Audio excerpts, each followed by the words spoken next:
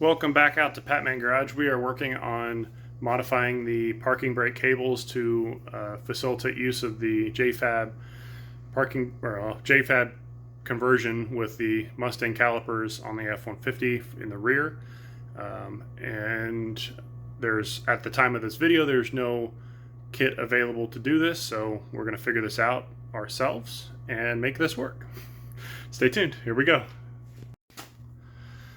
So for this video, I went to the junkyard and I bought two, well, really 1.5, but two donor cables off of the rear section off of a comparable Mustang from this era. So it should be a new edge.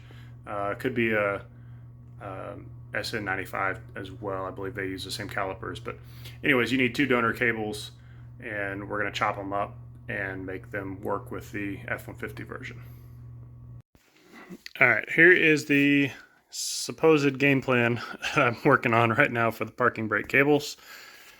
So I went down to my local pick and pull and I pulled some Mustang parking brake cables, so I had the correct coupler and correct end cap for the cable. And starting with the driver's side here, this is the F-150, which is pulled apart. So I cut my sheathing to length here, which I basically test fit in the parking brake, and then I ran it to where the union is down under here. And basically what I'm going to need to do is pull the end stop for the sheathing off of the F-150, which I believe they're identical on either end. And then we can slide that onto the Mustang cable, and then we either need to put our own end on the cable that matches this guy on the original F-150 one, or I can cut this guy off and splice the two cables together. Neither which are fun, but I have plenty of cable length on this one on the Mustang side, so we may try with that one first and just put a new end cap on it, and then if that doesn't work, then we can resort to splicing if needed.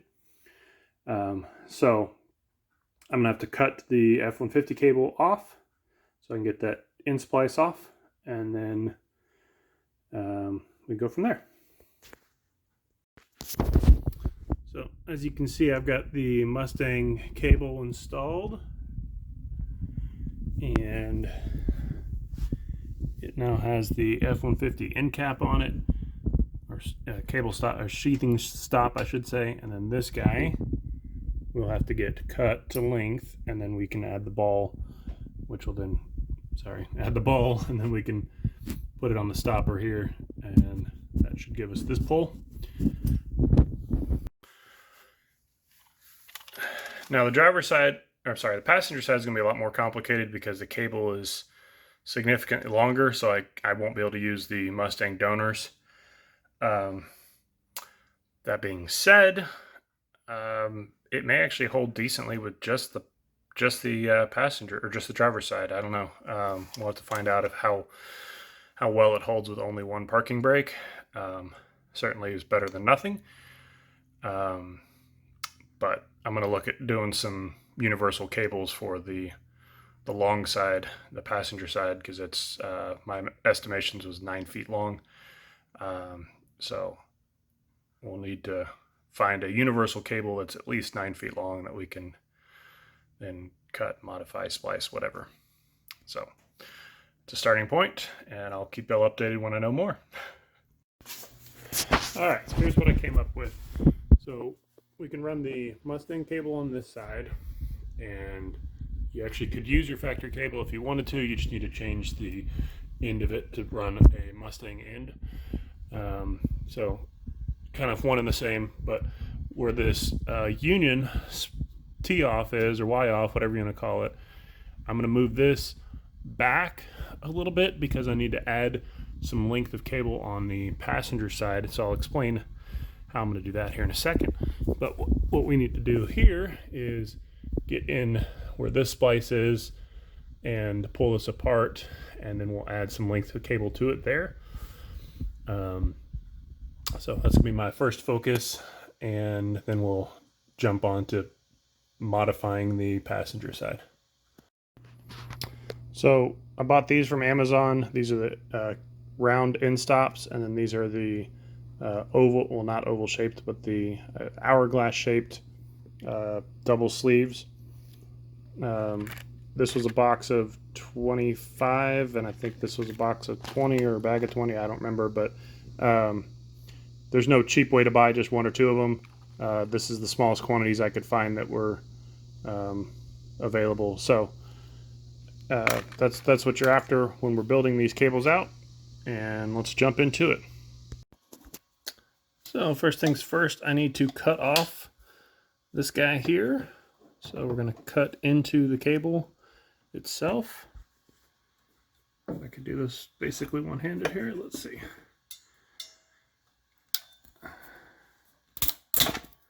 Excellent. Okay, so with the cable cut, we're going to pull this end out of the splice, and we'll add a piece of our Mustang cable. Our second Mustang cable is a donor in here. So this, by cutting this, it'll allow us to move all of this towards the rear some, which will then give us more cable length to play with on the other end of the passenger side. All right, so I've laid the Mustang one in here just so we can look at the difference between the two. So on the Mustang, we have the round end stop, and on the F-150, we have the hoop style, as well as the extra spring in it. And then the cable sleeve ends are slightly different as well, so we'll need to transfer those over.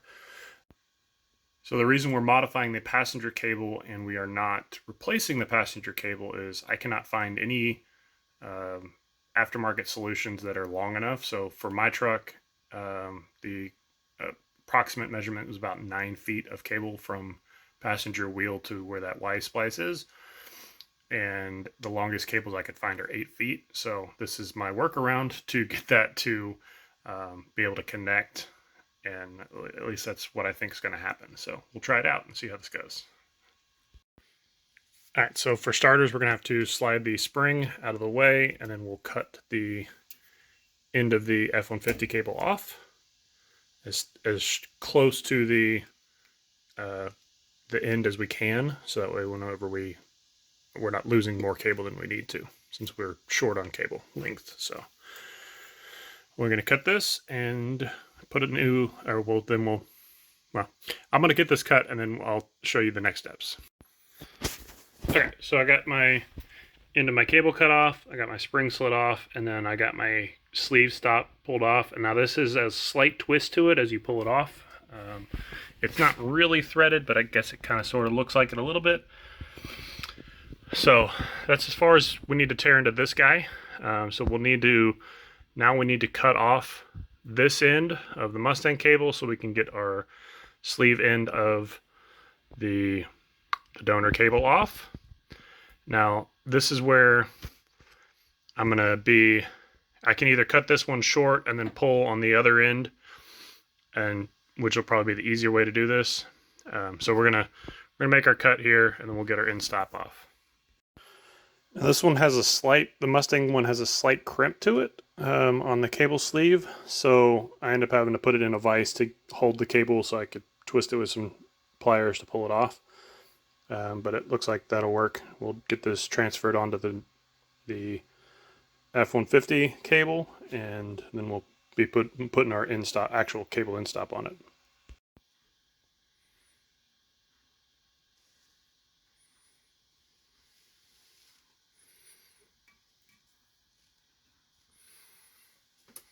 Sorry, with our sleeve end stop installed, now we need to install our cable stop. Now this is a vinyl coated cable, so we need to cut off some of the protective coating on the end of it so we can get a good quality crimp on it. So I'm going to work on cutting that with a box cutter, and then we'll get the cable end stop crimped down. So there's my end stop double crimped like it's supposed to be. I may have to kind of deburr the edges a little bit to get it to slide into the caliper, but we'll give it a test fit and see how this goes. All right, so I got my cable installed into the bracket. I did not have to deburr anything, so that's good. Made that a lot simpler. And this is the Mustang end like we talked about. I did have to loosen some of the clamps and adjust some of the brackets to get the cable to actually slide over. Most importantly was the one on the top of the diff. There's a crimped on splice sleeve that is sitting in the middle there. Had to open up the fingers of that clamp to get it to slide out, so I'll have to see if I can then get this guy to slide down the cable now that I have the length set up correctly, and then we'll go take a look at the other side of the truck. So I screwed up a little bit, I guess, but when I cut apart my driver's side F-150 cable, I cut the puller side where it was connected to the splice. I pulled it off, or cut it off of that side of the cable, and I should have cut off this end. And the reason why that makes a difference is when I need to now put my splice connection in over here, the Mustang and the F-150 diameters are different. So this is the F-150 version, this is the Mustang version. So ideally, if I had a long enough piece of F-150 cable end, then I could just splice on at my other cable splice. Since I don't, then I will have to grind down the Mustang cable now to get it to the same diameter as the F-150 one, but not into the world, but makes a little bit more work because I didn't have it fully planned out when I started working on it. So now the tricky part starts. So we have the ground down Mustang cable installed into the F-150 bracket, and we need to splice our two cables here together, which again is adding our length to our passenger side to get the extra slack towards the back. So somewhere in here we need to add a splice, which involves two of the crimp connections, two of the doubles. The difficult part is we need to keep this cable pretty taut because we want this thing to be as tight as possible in the off pedal position, so that way when we do start to activate the parking brake with the pedal, we're not just taking up a bunch of slack within the cable, and we're actually starting to pull on the parking brake assembly itself. So that will be the difficult part of pulling both of these in their respective tight direction at the same time we're crimping down and getting this tight. Again, these are nylon coated, so we will need to remove some of the coating off of them in the area where we're going to splice. And here we go. So here is the new crimper tool and the new cutter tool. Just for scale, it's a pretty standard pair of pliers. So these are, I believe these were called 24-inch. These are big, long handle. You're able to put a lot of torque on it, and then the cutters actually are ratcheting style, so you can, whatever your grip is more comfortable to squeeze on the tool itself, you can cut more easily. But yeah, that's the crimper tool, and we'll get to building this truck out. Alright, so here's the setup prior to crimping. I've got a good section removed out of the middle of this. I need to, I guess, locate these on my stripped section, but you need to have at least half of your width of your swage extended past your cable. So at the end, I'm going to trim these. Right now, I'm going to leave them long because it'll help me keep them tight. And so my next step is going to be actually pulling these tight and then crimping them at the same time. Obviously, I can't do that with the camera in my hand because there's just so much going on. But I just wanted you to see the initial game plan here. Double splice, and we'll crimp these down. Alright, I kind of wanted to show you my tricks here. So I've got locking pliers holding it. So what I did is I pulled in as hard as I could one direction, or well, towards each other, but I crimped here. Then while this is still holding, I went ahead and pulled additional slack. And so my bottom cable here is the front one, and it's tight. And I pulled additional slack out of the back one here. So now I just need to loosen this guy up and move the slack over, and we should be getting pretty close. I can actually do this again, back and forth, kind of like a little ratchet, essentially. We're just going to keep working the slack until we get this thing tight, and then we'll crimp it down. I am by no means an expert, but we'll see how this holds up. I think I did a pretty good job at it of squeezing them down. The tool alignment's really hard under the truck. I had to actually lift the truck up a little bit more because I got the large long handle crimpers so I could get more torque on them. So we'll see how this goes. The last thing we need to do is add our end stop for the Mustang cable. That'll go right in here. So what I'll probably do is mark where I want it, then pull the cable back out, and that way I don't have to fight tension on such a short cable, and then I can just pull it and install it. So that's the game plan there, and then we're almost done. So for the driver's side, what we did was cut the Mustang cable to the appropriate length, and then I swapped the F-150 cable stop or sleeve stop over to the Mustang's cable. So you can do it this way, or you can use your factory cable sleeve. Either way, you're going to have to shorten it because, actually, no, you won't, not on this one. But either way, you're going to have to cut and modify this cable. It's just a matter of you want to use the Mustang version or the F-150 version. And then we've got the new in-stop cable sleeve crimped on, and we're good to go. So we should be able to do a test fit or test pull on the parking brake and see how everything goes. And then after we get a successful attempt or 2 or 3, then we can come back and trim all of our cable ends once we know we're happy with everything. All right, so I ended up with a good pull. On the pedal went basically to the floor, but it felt firm going down. On the passenger side, I have a good solid hold on the parking brake.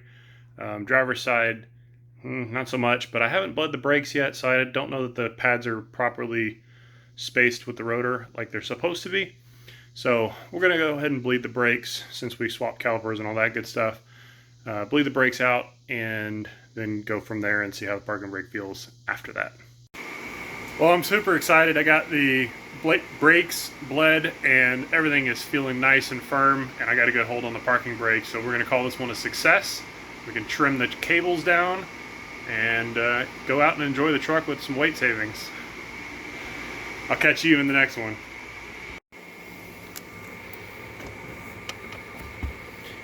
Pedal actually is firmer than it used to be, so that's a good thing. Okay, so final comments, final thoughts here.